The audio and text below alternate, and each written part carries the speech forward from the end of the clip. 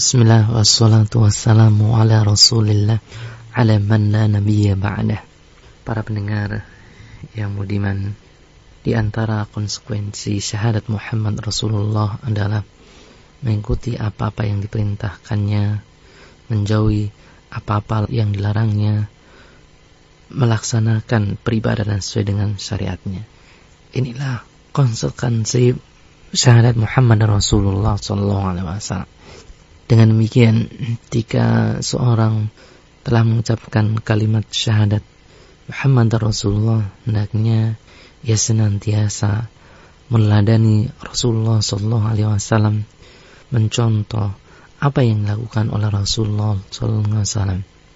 Allah Subhanahu wa Ta'ala berfirman dalam Al-Quran surat Al-Ahzab ayat 21, "Laqad kana lakum fi rasulillahi uswatun hasanatun liman kana yarjullaha wal yawmal akhir wa dzakarullaha katsira." Sungguh telah ada pada diri Rasulullah SAW itu suri teladan yang baik bagi kalian, yaitu bagi orang-orang yang mengharap Allah Subhanahu wa Ta'ala dan kedatangan hari kiamat, dan dia banyak berzikir kepada Allah Subhanahu wa Ta'ala. Tentunya ketika kita meladani Rasulullah SAW, mendahulukan perintah-perintah beliau SAW, maka kemanisan keimanan kita akan dapatkan. Kelezatan dalam taat kepada Allah Subhanahu wa Ta'ala kita akan raih, di mana Rasulullah SAW bersabda, "Salasun man kunna fihi wajada halawatal iman." Ada 3 perkara yang apabila orang memilikinya, maka ia akan mendapatkan manisnya iman. Ayyakunallah wa rasuluh ahabba ilaihi mimma siwahuma. Apabila Allah dan Rasulnya lebih disenangi daripada selainnya. Hadis riwayat Bukhari. Para pendengar yang budiman, ketika kita tahu bahwasanya Rasulullah SAW sebaik-baik manusia, Rasulullah SAW adalah orang yang terbaik di dalam meretas hubungan rumah tangga, maka kita pun akan mengetahui bahwasanya istri-istri beliau SAW adalah sebaik-baik para istri.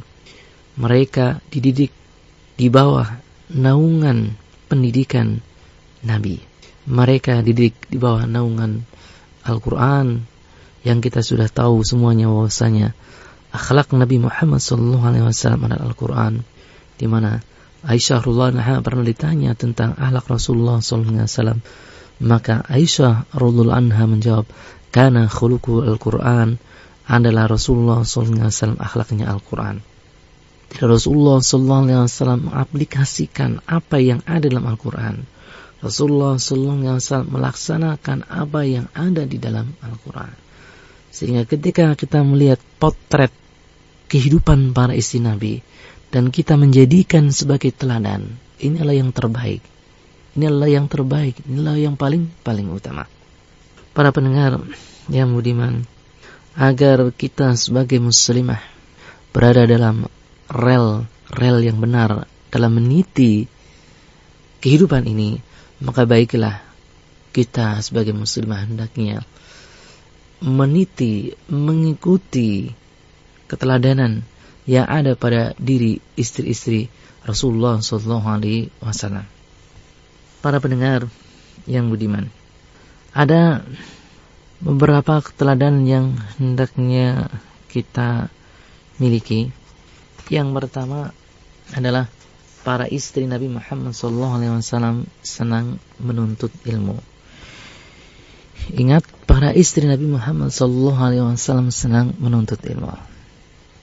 Yang perlu kita camkan, yang perlu kita perhatikan, bahwa rumah bagi wanita muslimah itu bukan hanya untuk istirahat, bukan hanya untuk mendidik anak, bukan hanya untuk menyediakan kebutuhan suami, tapi markas utama untuk beribadah kepada Allah Subhanahu wa Ta'ala, tempat yang pas, tempat yang aman untuk mengkaji Al-Quran, untuk memahami Al-Quran, dan juga mengkaji hadis-hadis yang sahih. Allah Subhanahu wa taala berfirman kepada istri Rasulullah sallallahu alaihi wasallam, "Wazkurna ma yutla fi buyutikunna min ayatillahi wal hikmah. Innallaha kana latifan khabira." Dan ingatlah apa yang dibacakan di rumah kalian dari ayat-ayat Allah Subhanahu wa taala dan hikmah sunnah Nabi kalian. Sungguhnya Allah adalah Maha lembut lagi Maha mengetahui. Quran surat Al-Ahzab ayat 34. Begitulah seharusnya wanita muslimah di rumah. Tidak seperti hanya wanita-wanita yang tidak kenal agama, di mana mereka memasukkan hiburan-hiburan televisi di rumah. Akhirnya mereka lalai dari beribadah kepada Allah Subhanahu wa taala. Mereka lalai daripada menuntut ilmu. Al-Imam Ibnu Katsir rahimahullah berkata, pertama, Allah Subhanahu wa taala melarang istri beliau dan wanita muslimah berbuat keji. Lalu diperintahkan agar beribadah seperti menunaikan salat, menunaikan zakat, berbuat baik pada keluarga, taat pada Allah Subhanahu wa taala dan Rasulullah. Itu semua agar mereka bersih dari dosa. Tafsir Ibnu Katsir. Para pendengar yang budiman, Rasulullah sallallahu alaihi wasallam bersabda, "La taj'alu buyutakum maqamira, inna syaitan yanfiru minal bait alladhi tuqra fi suratul Baqarah." Janganlah kalian jadikan rumah kalian sebagai kuburan. Sungguhnya setan akan pergi dari rumah yang dibaca di dalamnya surat Al-Baqarah. Hadis riwayat Muslim. Dimaksud hadis ini, hendaknya rumah kita dijadikan sebagai peribadatan kepada Allah Subhanahu wa taala. Ditunaikan salat-salat sunnah di dalamnya, dibacakan Al-Qur'an, dalamnya dijadikan sebagai sarana untuk menuntut ilmu. Dijadikan sebagai sarana untuk menuntut ilmu. Misalkan suami dengan istri mengkaji buku-buku tertentu. Suami membacakannya di hadapan istri. Para pendengar yang budiman, kita sebagai wanita muslimah hendaknya memiliki semangat yang besar untuk menuntut ilmu, memiliki semangat yang besar untuk mengkaji ilmu, sebagaimana istri-istri Rasulullah sallallahu alaihi wasallam.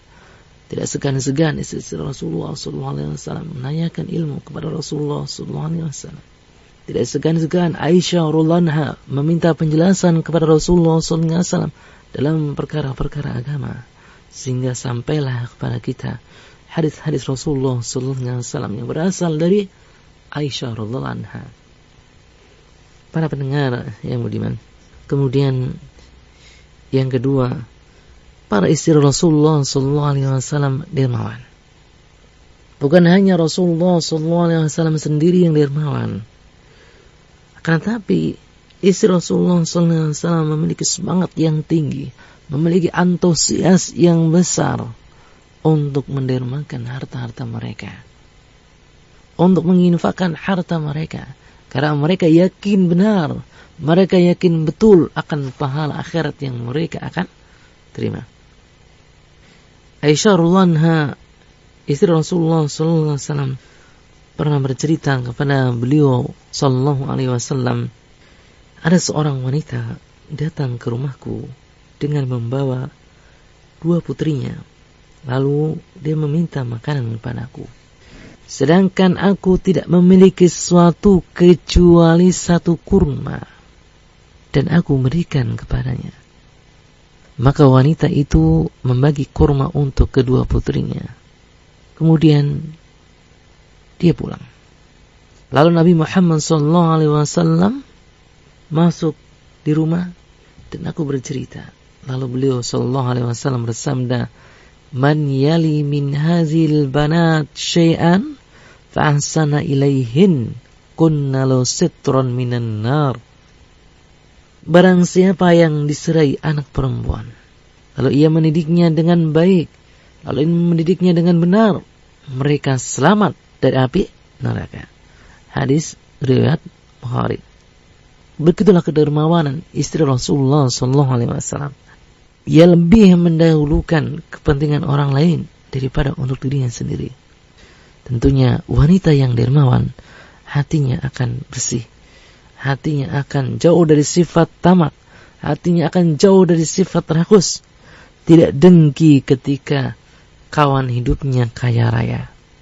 Wanita yang dermawan, hidupnya tentunya akan hemat, hidupnya akan qanaah, hidupnya akan senantiasa menolong saudaranya ketika dalam keadaan sengsara. Rasulullah SAW memberikan kabar gembira kepada wanita muslimah yang senang sedekah, sekalipun harta yang disedekahkan milik suaminya, maka suaminya pun akan mendapatkan pahala. Dari Aisyah radhiyallahu anha, dia berkata, Rasulullah SAW bersabda, "Idza anfaqat al-mar'ah min baiti zawjiha ghaira mufsidatin kana lau ajru ma anfaqat wa li zawjiha ajru maktasaba li khazini mislu dhalik la yankusu ba'dhum ajra ba'd." Apabila seorang wanita menafkahkan harta dari rumah, dari harta suaminya dengan tidak berlebihan, maka wanita tersebut mendapatkan pahala dari apa yang ia keluarkan, dan suaminya pun mendapatkan pahala dari usahanya, dan penjaga gudangnya pun mendapatkan pahala yang pahalanya tidak mengurangi pahala yang lainnya. Para pendengar yang budiman, jadi ketika seorang istri bersedekah dengan harta suami, maka istri mendapatkan pahala, suami pun mendapatkan pahala. Ketika seorang istri bincang-bincang dengan seorang suami, "Duhai suamiku, apa pendapatmu apabila saya setiap hari menyisihkan uang belanjaan 1.000 rupiah untuk infak dakwah?" "Oh ya, silakan saja." Akhirnya sang istri menginfakkannya, menyisihkan uang belanjaannya, meletakkan uang belanjaan setiap hari 1.000 rupiah misalkan, 2.000 rupiah misalkan, 3.000 rupiah misalkan, di kotak kenceleng. Setiap hari seperti itu. 1 bulan dibuka, 1 bulan misalkan mendapatkan 50.000, mendapatkan 30.000, mendapatkan 40.000, mendapatkan 60.000. Kemudian kata sang istri, "Saya infakkan untuk amalia dakwah, untuk kegiatan-kegiatan dakwah, untuk menegakkan panji-panji kemurnian, menegakkan tauhid." Ketika dalam keadaan seperti ini, maka istri mendapatkan pahala. Yang kedua, suami mendapatkan pahala karena suaminya apa? Suaminya yang telah mencarinya. Yang ketiga, kalau memiliki sekretaris pribadi atau pembantu gitu ya, atau bendahara yang memegang uang tersebut, bendahara itu yang mendapatkan pahala juga. Seperti misalkan kita punya orang kepercayaan di rumah gitu ya, orang kepercayaan di rumah yang membantu istri gitu ya, orangnya perempuan misalkan, kita berikan arahan, "Neng ya, ini pegang ya uang sisa belanjaan tiap hari dipegang sama kamu. Nanti kalau sudah mencapai 1 bulan, ya, sudah cukup untuk membantu aktivitas dakwah Islam, ya, karena saya ingin mendapatkan pahala yang besar dari Allah Subhanahu wa taala, sedekah jariyah yang akan mengalirkan pahala. Nanti kita infakkan dalam jalan dakwah." Yang megang nih pembantunya, dia mendapatkan pahala dari Allah Subhanahu wa taala. Para pendengar yang budiman, tentunya yang perhatikan di sini adalah ketika seorang istri menginfakkan harta milik suami, hendaknya dengan izin suaminya. Karena ada riwayat dari Abu Hurairah ya, tentang seorang wanita yang bersedekah di rumah suaminya. Ia berkata, tidak dibolehkan kecuali dari makanan sendiri, dan ganjarannya dibagi untuk keduanya. Istri hendaknya tidak menyedekahkan harta suaminya kecuali atas izin suaminya. Hadis diriwayatkan Al-Imam Abu Dawud. Para pendengar yang budiman. Kemudian yang ketiga, para istri Rasulullah SAW tidak memerdukan suara. Jadi ingat, para istri Rasulullah SAW tidak memerdukan suara. Tidaklah diragukan bahwa lisan cukup besar manfaatnya. Karena lisan merupakan alat untuk mengungkapkan apa yang ada di dalam hati. Lisan merupakan suatu alat komunikasi dengan orang lain. Dan dengan lisan, seorang bisa beramar ma'ruf nahi mungkar. Memerintahkan kepada yang benar, mencegah hal-hal yang mungkar. Bahkan dengan lisan, seorang istri bisa menyejukkan hati suami. Seorang istri bisa mencandai suami sehingga suami menjadi tenang, suami menjadi gembira, suami menjadi bahagia. Ya, meskipun akhir bulan ia pandai untuk membahagiakan suami. Akan tetapi ingat, tidak selamanya suara wanita itu membuat pahala, tidak. Bahkan terkadang suara wanita bisa menimbulkan penyakit dalam jiwa para pria. Apa itu? Ketika seorang wanita berusaha melembutkan suaranya, melenggak-lenggokkan suaranya, membuat suaranya menjadi suara yang sangat indah, menjadi orang yang mendengarnya terfitnah, membuat orang yang mendengarnya tergoda. Ini hati-hati. Jadi hati-hati bagi para wanita ketika berbicara. Jadi berbicara sesuai dengan sewajar-wajarnya saja. Jangan dipoles, ya. Jangan dilembut-lembutkan, jangan diperindah suaranya, intonasinya dibuat gaya-gaya. Nah, ini termasuk perbuatan dosa. Dari istri-istri Nabi Muhammad SAW, wanita-wanita yang menjaga kehormatan diri mereka. Jadi ketika mereka berbicara tidak demikian. Allah Subhanahu wa taala berfirman, "Ya nisa'an nabi, lastunna ka'ahadin minan nisa' in ittaqaytunna fala takhda'na bil qaul fayatma'al ladzi fi qalbi marad wa qulna qawlan ma'rufa." Wahai istri-istri Nabi, kamu sekalian tidaklah seperti wanita yang lain jika kamu bertakwa. Maka janganlah kamu tunduk dalam berbicara, sehingga berkeinginanlah orang yang ada penyakit dalam hatinya. Wa qulna qawlan ma'rufa, hendaklah ucapkan dengan perkataan yang baik. As-Suddi rahimahullah berkata, wanita dilarang memerdukan suaranya ketika berbicara dengan kaum pria, karena akan mengakibatkan kerusakan hati mereka sehingga jatuh kepada perbuatan keji atau zina. Ibnu Zaid berkata, janganlah wanita berbicara kepada kaum pria yang bukan mahramnya seperti dia berbicara lembut kepada suaminya, tapi hendaknya bicara yang wajar dan keras suaranya.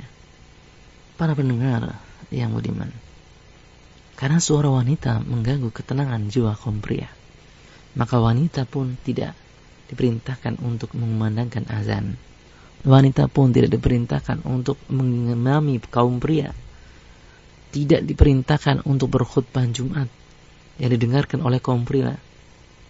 Wanita pun tidak diperintahkan untuk menegur imam dengan suara ketika bacaan imam salah. Para pendengar yang budiman, tetapi kita lihat sekarang banyak sekali biduan wanita. Mereka melantunkan dengan suara-suara yang merdu, kemudian mereka melantunkan dengan suara-suara yang lembut di hadapan para pria. Tentunya ini adalah merupakan kemungkaran yang besar, perbuatan maksiat yang dahsyat, yang hendaknya kita merubah mereka. Rasulullah SAW bersabda, "Fi hadhil ummah khasfun wa maskhun wa qadhfun." Pada umat ini akan terjadi khasfun, penenggelaman ke dalam bumi, wa maskhun, perubahan rupa, wa qadhfun, lemparan batu. Faqala ar-rajulu minal muslimin, ya Rasulullah, wa mata dzaka? Maka seorang laki-laki dari kaum muslimin bertanya, wahai Rasulullah, kapan hal itu akan terjadi? Kata Rasulullah sallallahu alaihi wasallam, idza dhuhratil qainat wal ma'azif wa suribatil khumur. Jika para penyanyi wanita dan para pemain musik muncul terang-terangan dan khamar diminum. Hadis riwayat Tirmidzi, dan hadis ini hasan. Para pendengar yang budiman, demikianlah 3 hal yang kami sampaikan terkait dengan teladanan para istri Nabi Muhammad SAW. Mudah-mudahan hal ini bisa kita fahami, kita bisa melaksanakan dalam kehidupan sehari-hari. Wallahu a'lam bishawab.